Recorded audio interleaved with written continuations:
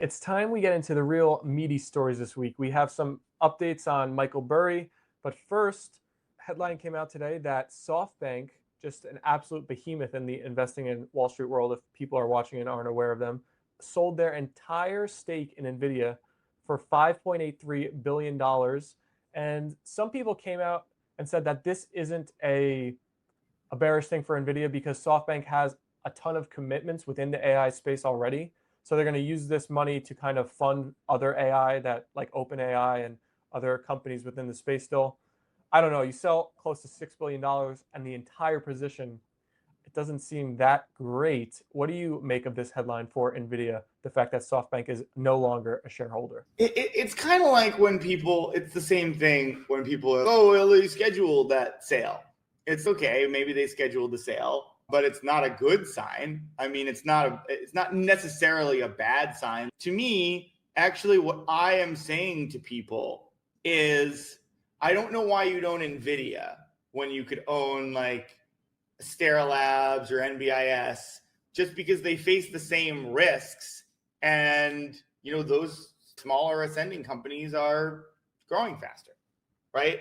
And I think it's all the same to you. You can be like, well, if there's a downturn in it, then those will go down more. Yeah, but if you believe in the sector overall, if you're owning Nvidia long term and you believe in the sector, then you'd rather own the long term thing. You might suffer some more short term losses, but if your theory on Nvidia is I'm holding it for the next 5 years, I think you'd rather hold NBIS or Astera Labs or INOC for the next 5 years. I just don't think Nvidia is going to get that same level of appreciation where it is.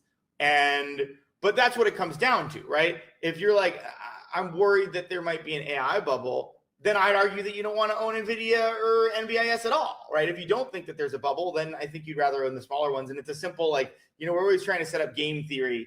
And I think that's simple game theory. I don't think there's a good reason to own Nvidia right now versus more ascending players. You just, no matter how you slice it, it doesn't make sense to me. We have to continue on this AI story because we got a furthering of Michael Burry in his position against the AI sector. So we covered last week and we posted a video from the stream about how Burry is now, or it came out that he was/is 80% short in his portfolio, with Palantir being a huge majority and that Nvidia making up the other percentage.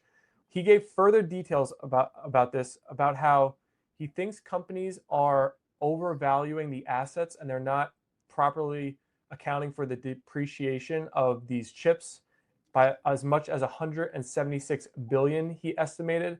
And he singled out Oracle and Meta individually as the two biggest companies that are doing this the most, and saying that their profits could be overstated by as much as 27% for Oracle and 21% for Meta by 2028. And if that's the case, yikes, that's a lot. 176 billion, that's a lot. It's kind of funny when we were talking about this last week, the thing that I said was Burry's got to have something more behind it, right? So there it is. This is a very specific thing. He probably has specific numbers on it. I'm not sure what that has to do with Palantir or Nvidia, because Nvidia is selling new chips. So depreciation, I mean, that doesn't. I think I could make the case for Nvidia of the fact that people just won't be able to keep purchasing at the pace that they are. I don't get Palantir in that thinking as well, but maybe the Nvidia thing. But if that's his specific thesis, it means that eventually places like Oracle and Meta will have to take a big loss.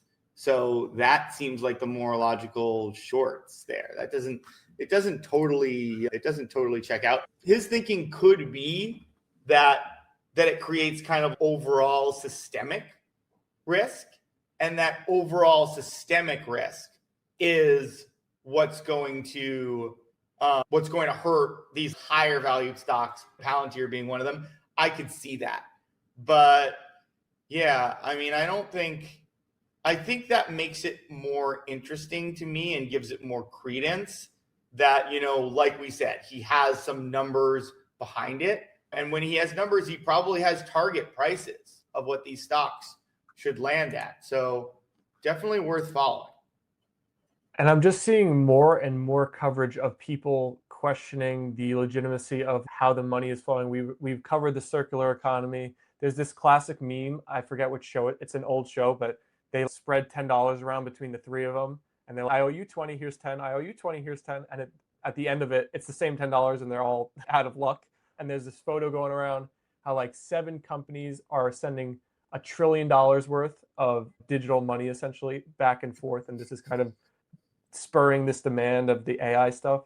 How worried are you that there is going to be some type of actual damage, and once one domino drops, the rest will fall? Or will that not happen? Do you not see that as a scenario?